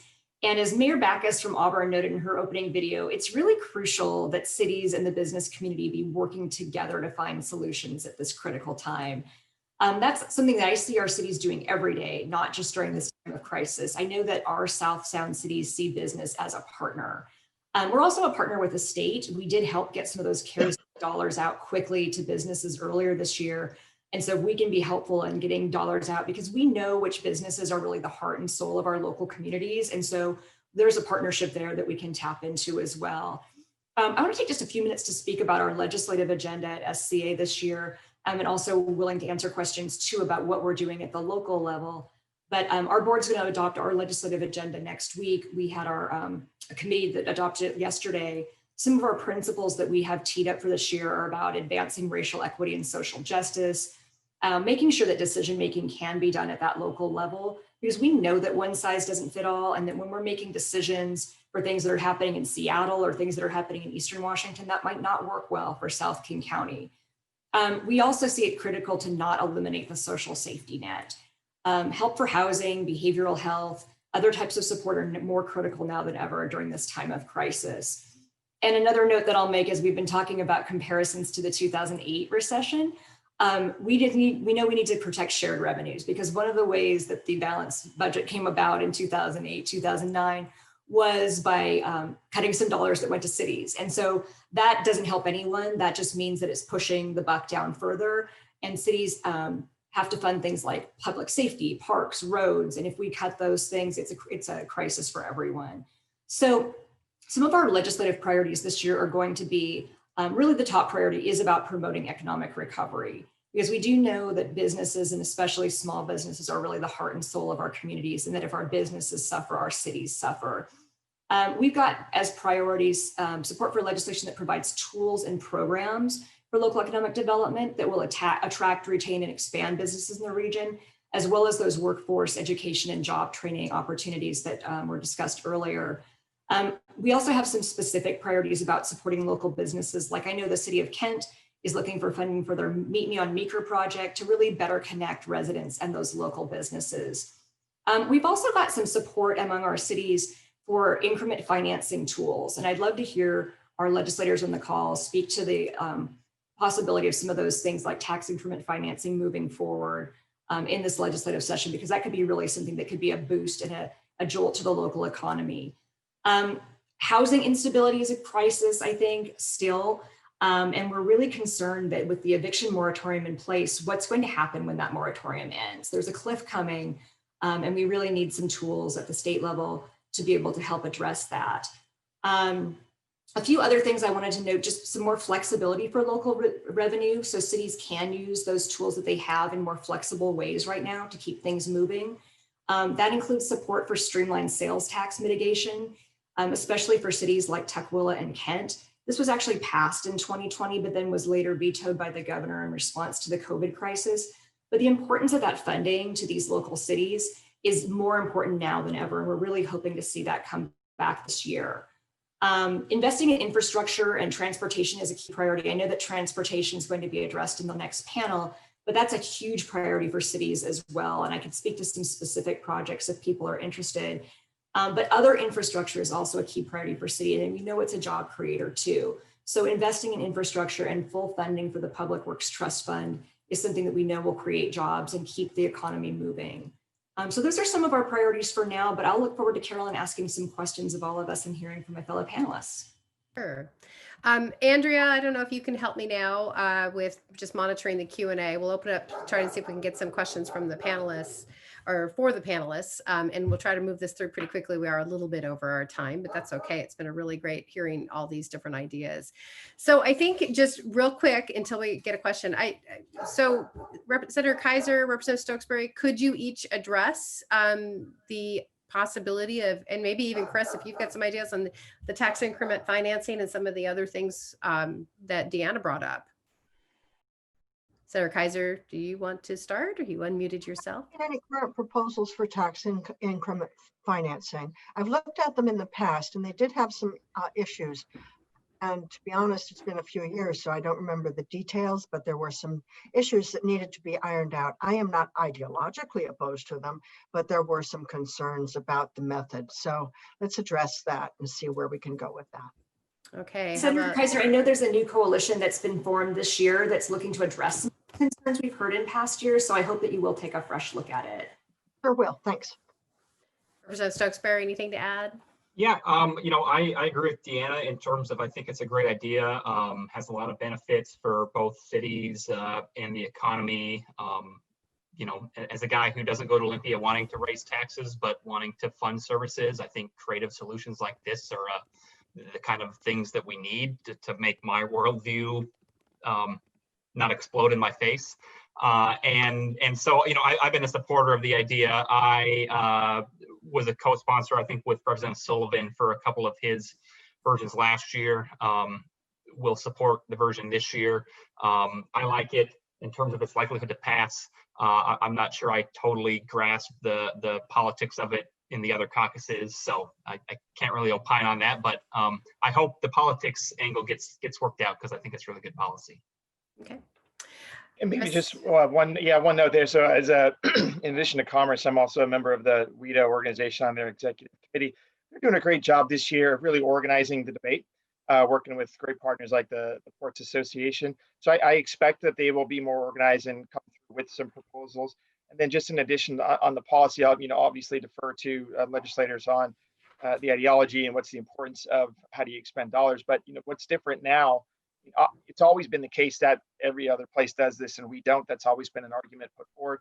What is interesting now is there are local governments that have more need or more unmet need right now, probably than there was every other time this has come up. And so that's what you see in the congressional delegation advocacy for local government.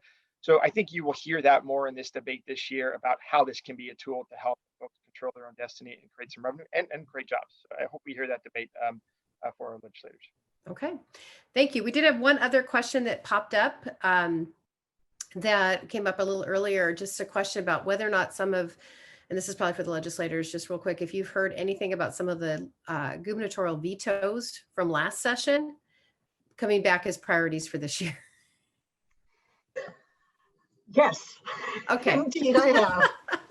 Well, I represent Kent. Mainstream, the state mainstream sales tax issue has really just eviscerated budget plans. So boy, have I heard. The other, a couple of others, the neurodevelopmental centers are worried for children, are worried about because of budget cuts from last spring. And then also my prescription affordability bill was vetoed because it could have cost money to set up. So we need to get back to more affordable prescription policies as well. Okay. Yeah, I know that sales tax bill, Representative Entman's bill that was a great win, and then all of a sudden it was gone. So that, it's just frustrating. Representative Stokesbury? Yeah, I agree. I represent Auburn and Sumner, which are also on the list of about 8 cities that rely on streamlined sales tax mitigation. Their budgets are in similar situations. I hope that was an oversight by the governor's office, because in addition to the policy, we were doing a few other technical behind the scenes changes to that. And so I'm hoping in the whirlwind, I must have gotten 10 different spreadsheets in the last 24 hours before the budget was vetoed. So there's a lot of moving parts on a lot of things. So I'm hopeful that was just an oversight and in the hurried, frantic pace, a lack of understanding of what line items were doing what. And so I really hope that one returns. Great. I think with this point, we need to move on to our next panel. I appreciate every single one of you, gave great information, and enough overwhelming that we didn't get a huge number of questions. I'll probably get them all after the fact. So appreciate your work. Look forward to working with you this session. Thank you. Thank you, Carolyn. Thanks.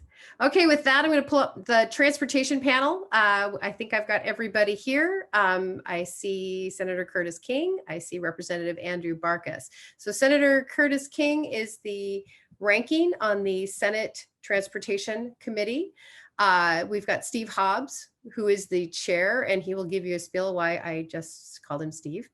And we have Representative Jake Fye, who's the chair of the House Transportation Committee, and Representative Andrew Barkas, who's the ranking on the House Transportation Committee. I've asked each of them to come on and kind of give a little spiel about what they see happening. And I'd like to start, if I can, because I know that Mr. Hobbs has some challenges from a timing perspective. So I will start with Steve. You're on. Okay, just quick intro, right? Great. Right. Okay, so first of all, yes, I'm on. If you're wondering why I'm in uniform, it's not because there's been a coup.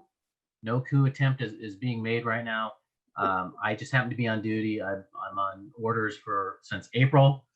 The reason why I asked Carolyn to call me Steve is because while I'm in uniform, it's not proper to call me by senator. Also, don't call me by my rank. Just say Steve, because I am not representing the United States Army, the Russian National Guard in any of these discussions. They are not advocating for any of this. And I am currently, my boss has been nice enough where he says, hey, I'll give you this time. I'll give you a break to do this, but of course I got to make it up. So none of my duties are being neglected while I'm doing this.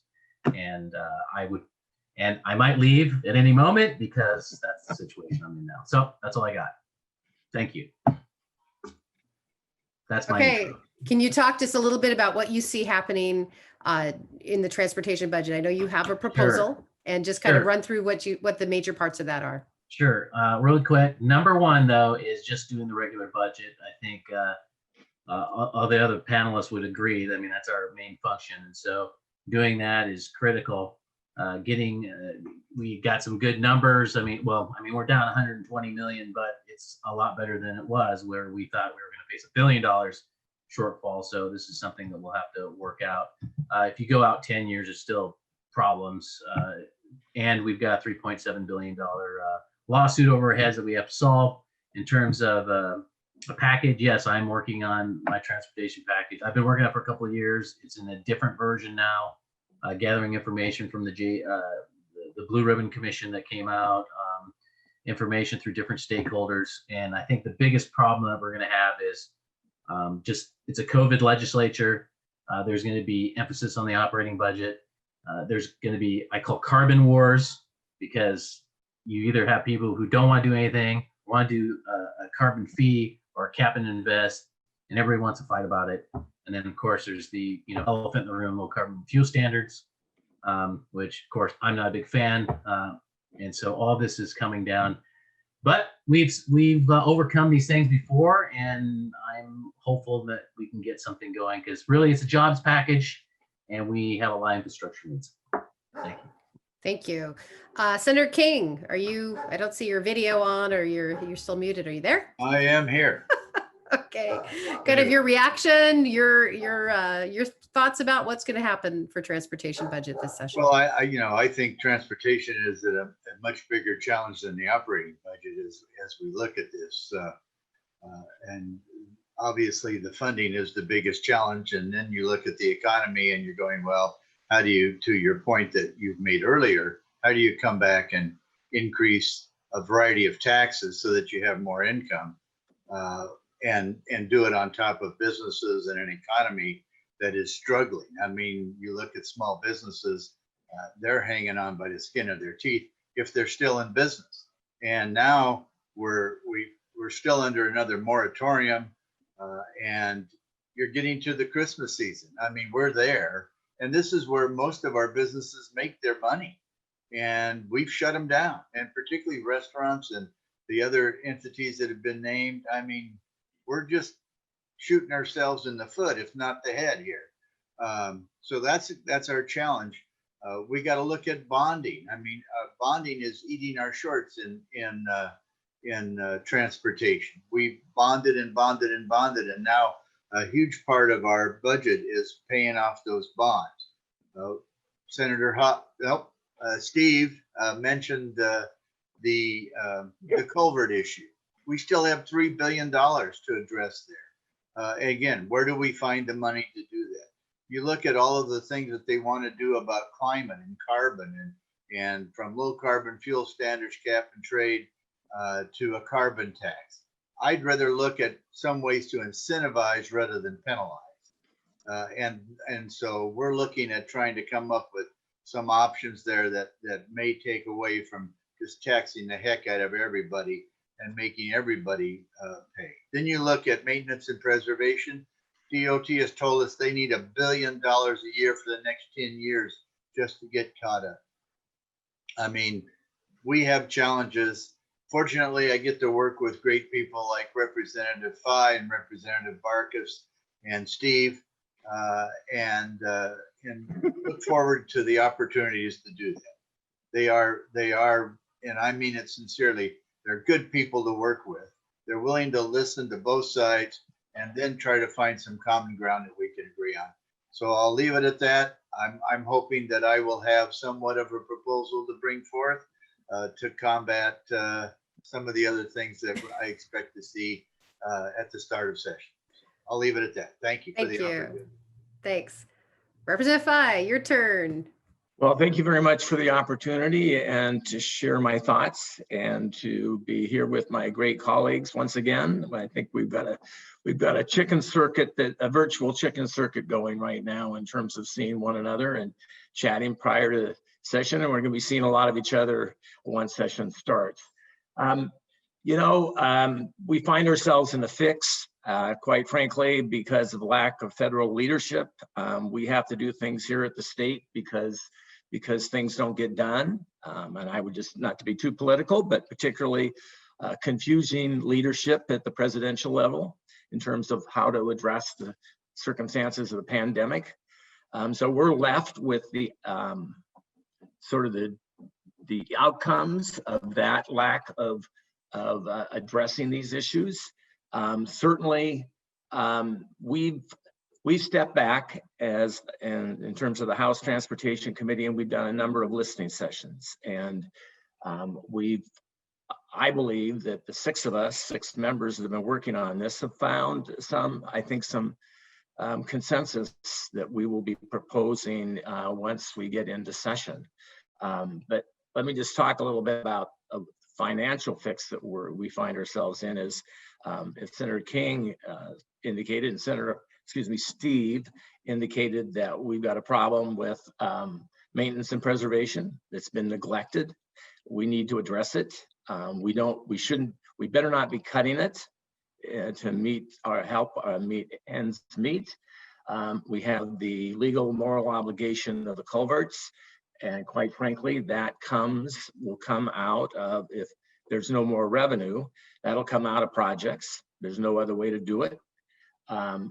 We've got some solvency issues with respect to tolling facilities, a real question mark on the where we're going to stand with our transit agencies and others that are very integral to providing services for those people who are disadvantaged and don't have a lot of choices about about getting to work and getting to their medical appointments.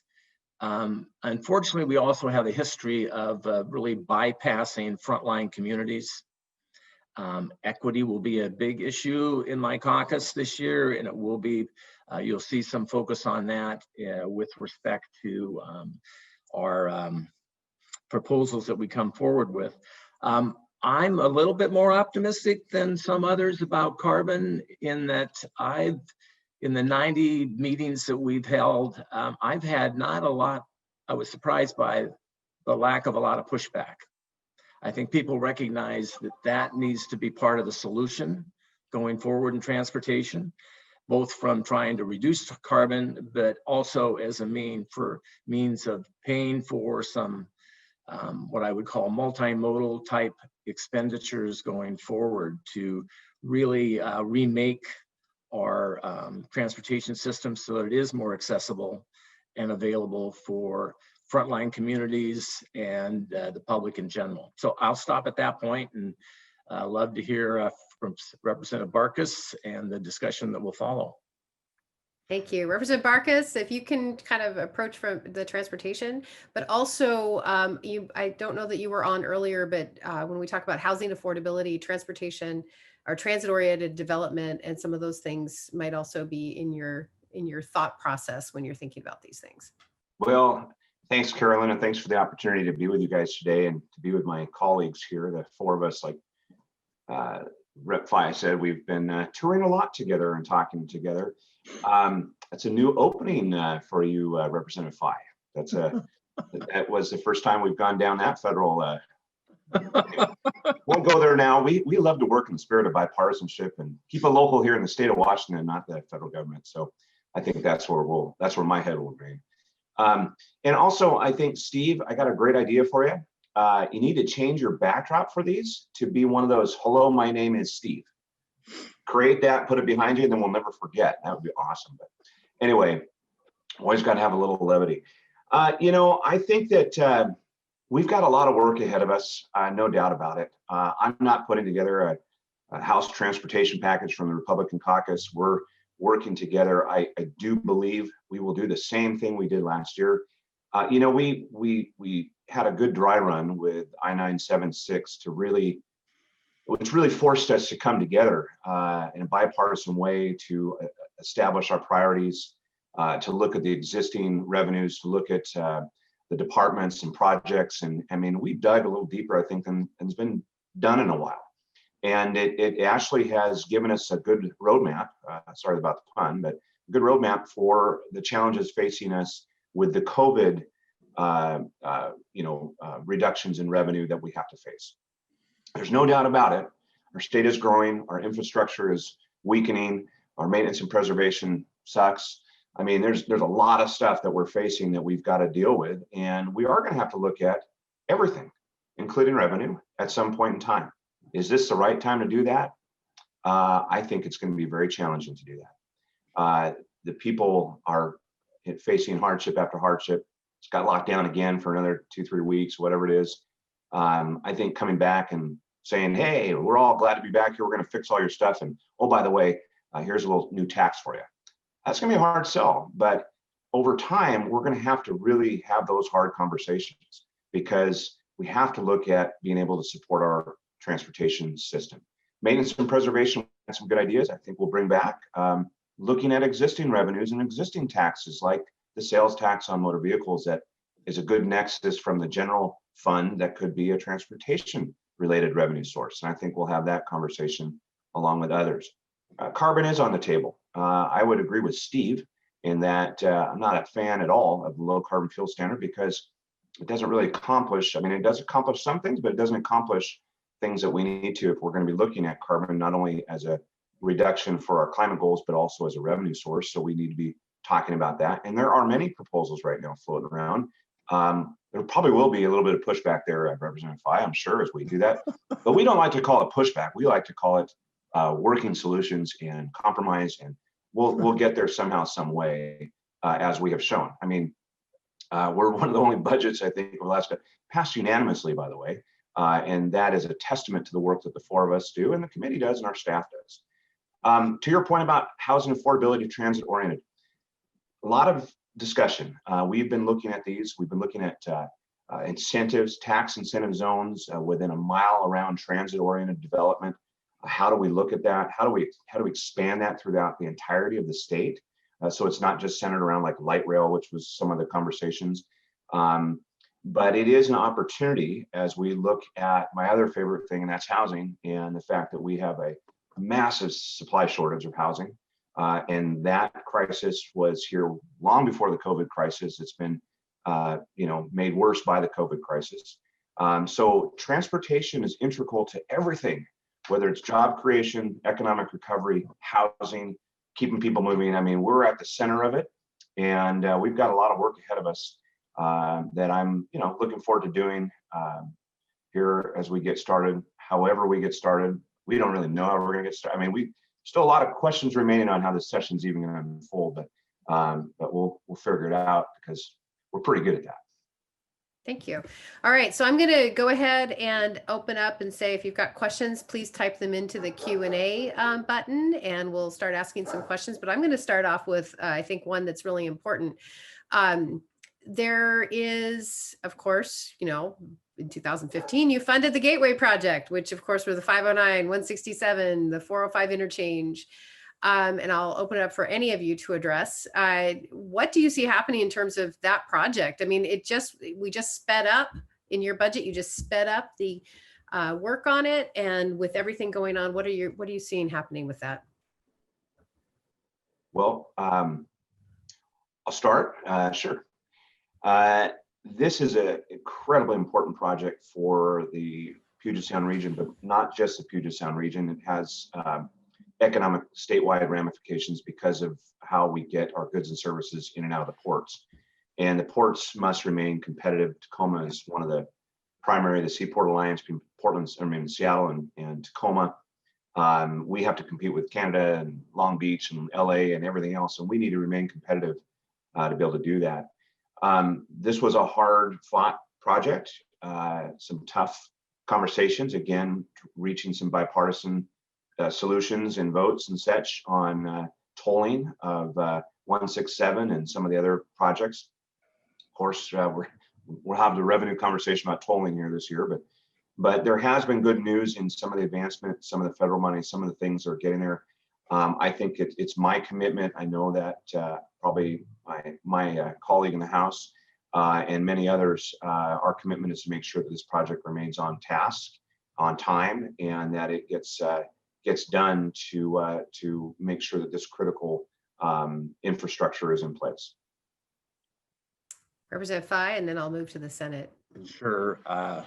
Well, as a negotiator with Senator Hobbs and Steve back in 2015, we know that a lot of the impetus for the whole package was related to freight and related to the Gateway Project.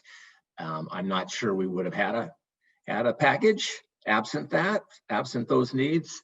So it is obviously for my district and also for the economy in the South Sound, but not just the South Sound, it's very important statewide that we have this project completed. It's going to happen. Now, we're still short money. We don't have all the money associated with that, but I know that we're helped by the fact that we got some little bit of help from the federal government, a little bit of love, not enough, but a little bit of love, and so it'll happen.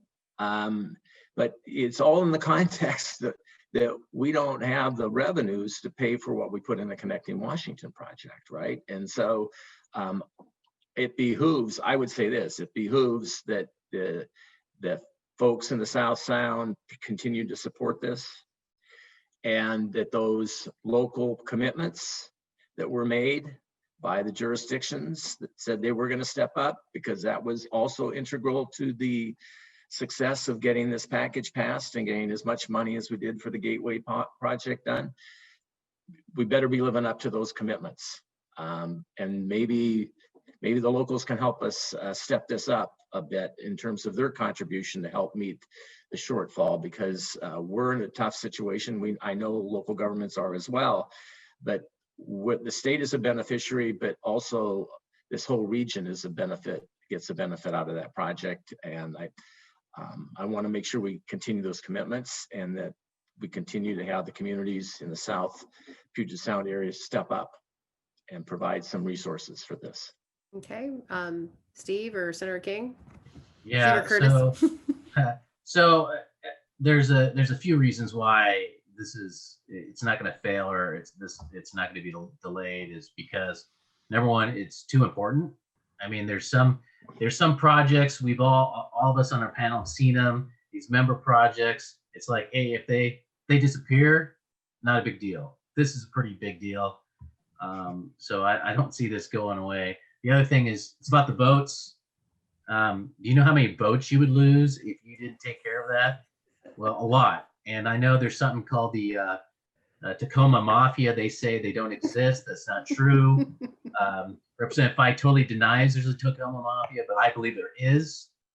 They're out there and they're strong. And lastly, Jake Fye is the chair of the House Transportation Committee.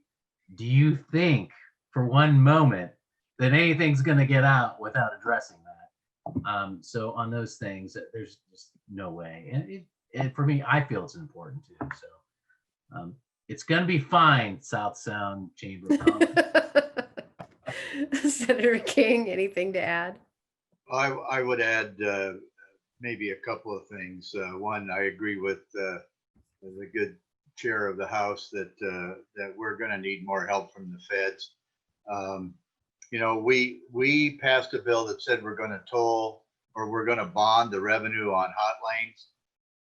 I got to tell you, right now we're underwater on bonding of the 520. We're underwater on bonding of the Tacoma Narrows. We're underwater on bonding of the Board Tunnel. If we had bonded the hot lane revenue 2 years ago, we'd be underwater trying to pay that back. So my point is, I think we got to get away from this bonding aspect that we have, particularly bonding of our hot lanes. You can see the trouble that it creates.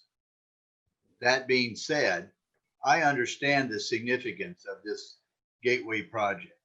And I can assure you that I, along with my members here on this panel, are going to do everything we can to see that that project is kept where it is, that we fund it. But it's going to be a challenge.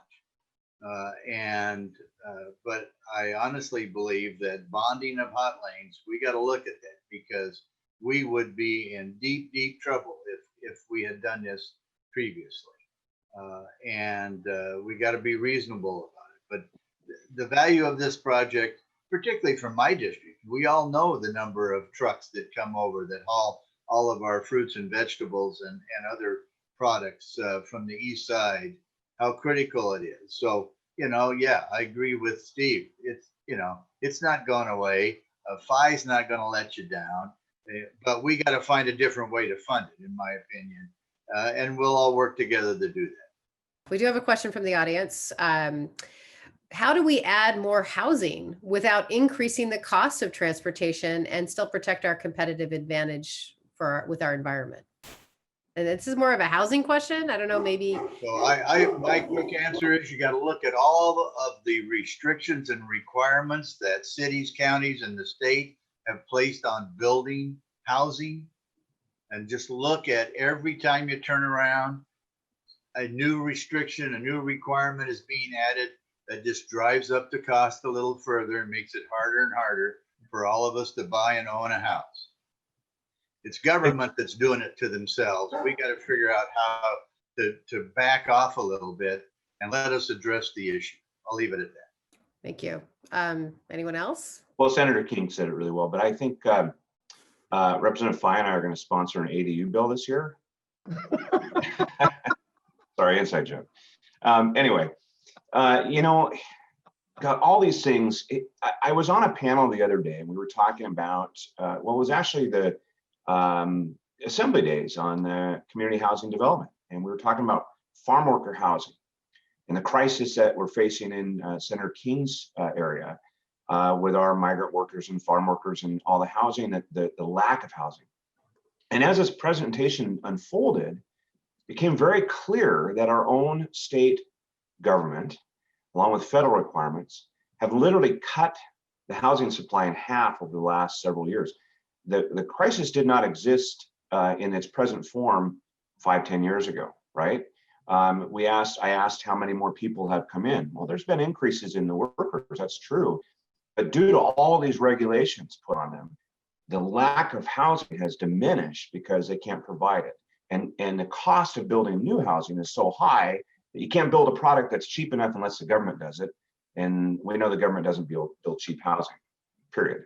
So when it comes to the things, yeah, I mean, in my world right now, I mean, last couple of years, you know this, I've passed legislation, been working on legislation. We need to reduce the cost of building by about 25%. That's just the starting point. And at the core of that is the regulatory stuff. We're seeing that in our transportation arena too. I know one of your next questions may talk about policy goals and other things. Everything we add to the requirements of these projects, whether it's around housing or how we're building these projects, adds to the time and cost of these projects. So, you know, when we're looking at all these things, you got to look at both sides of the ledger, expense and revenue. And I think there's work that can be done to help drive those costs down and drive those things. And we just have to be careful that we don't keep adding to it. Okay, Steve or Representative Fye, you have anything you want to add in here? I can, yeah, real quick. I mean, government is not totally at fault, to my last two colleagues, but I do agree there are things that we need to do. I've teamed up with Senator King on regulatory reform, and there's permitting that we need to work on. But the other part of it is like, look, housing costs are up a lot, and especially in the Puget Sound because of, well, there's too many people, and Econ 201 will tell you, you know, there's too much demand, not enough supply, and then the supply is driven by not just the regulations that we need to address, but also the fact that there's just not a lot of land, especially in the central core. That's why a lot of people are kind of moving, trying to go towards the outskirts, maybe, you know, like Skagit County or Whatcom County. But even that is the prices that are going up. So yeah, there's things that we can work on, but the fact of the matter is there are just so many people moving to Washington State, and to deal with that is very difficult, which drives up the cost of everything, not just housing, but transportation and just yeah, all the other goods in general. So, okay, Representative Fye. Yeah, I just what I think I have a lot of agreement with Steve on this. We're not going to limit population growth. It's going to happen on its own accord, but we've got to be smarter about where we support housing and where it gets located, and have it be where the infrastructure already exists, and not having to create new infrastructure, new transportation systems to support that. Quick follow-up. Quick follow-up, yes, and then we have to. Just to clarify, because I know I'm on a time frame too. Steve was right. I mean, if you look at some of the proposals I've talked about, it is not just government regulations, the cost of labor, building, growth. I mean, it all comes into play. That's where you get that 25%. But, you know, and if you look at some of the bills that have been put forth and some of the work that's being done around GMA, yeah, we've got some major challenges because there's a push on that. They're looking at it. Now we have a shift from COVID, as Steve said, pushing out further into the suburbs and everything else, which puts a burden on our transportation system. So the whole plan of let's all build in giant things downtown and congregate everybody there and get them there by transit, it's kind of tipped on its head a little bit, and we got to look at it, and growth is not stopping. Even though people are leaving this state, I still think if you look at it, the numbers will tell you that more people are coming here than leaving. Well, it is awesome. And in the interest of time, I need to probably wrap things up. I'm just going to read a couple of comments we received just so you can hear them, but we probably don't have time to do answers or respond. First one was a question, actually, if you drive down the cost of residential construction, what assurances are there that the cost of those residents will also go down? So that's something to kind of keep in your back pocket of how to do that. And then a comment regarding the cost of housing, that improving the efficiency of permit approvals would go a long way, and time adds to the cost of those projects. So just a couple of those last comments. Yeah.